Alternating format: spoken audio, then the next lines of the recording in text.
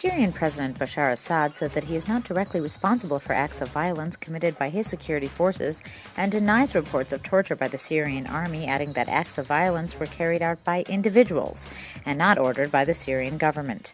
The situation in Syria has grown increasingly chaotic in the last few months as security forces have been accused of firing live rounds on peaceful protests. Syrian soldiers and intelligence officers have defected, some of whom have helped form the Free Syrian Army to support the opposition. The death toll in the embattled country has risen above 4,000 people, according to the United Nations. Assad has dismissed that figure and questions the UN's credibility. The Center for Children's Health, to be part of the Ziv Medical Center in Sfat, will be Israel's first rocket-proof hospital for children and the first children's hospital in the periphery, and will be ready in 3 years' time. The complex will include an intensive care unit, pediatric emergency room, children's inpatient units, and clinics. Ziv Medical Center Director Dr. Oscar Ambon said that the new Center for the Children's Health would coordinate all medical services for children under one roof and provide pediatric services at the highest standard to the entire population of the Galilee and the Golan Heights, and will come at a cost of 83 million shekel. The new facility will be built in accordance with the Homefront Command Standard, and in addition, the building will feature an emergency ventilation system that will automatically seal the windows and provide filtered air to the unit in the event of an outbreak of chemical warfare. Speaking to the Knesset's Finance Committee, Bank of Israel Governor Stanley Fischer said the central bank is already preparing for developments abroad. He said Europe's economic state of affairs is very dramatic and disconcerting.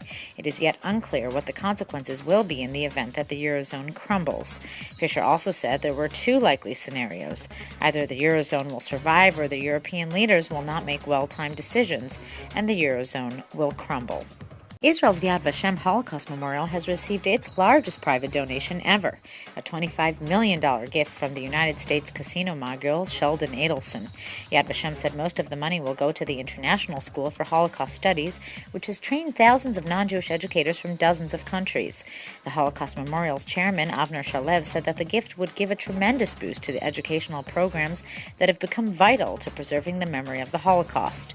Billionaire Adelson, the chairman and chief executive officer of the Las Vegas Sands Corporation and one of the world's richest men, is one of Israel's largest benefactors. He also owns a leading daily newspaper, Israel Hayom, which is distributed in Israel for free.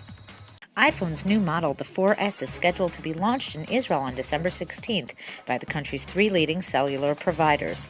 The official price is yet to be disclosed, but the device is already available in private stores for 4,000 to 4,500 shekel. Apple controls the launch date in each country, and the cellular providers are the only ones which have the authorization to sell the device in Israel using Apple support services. The 4S's technological claim to fame is the Siri voice-operated operating system, which is irrelevant to Hebrew speakers as it is not Hebrew compatible.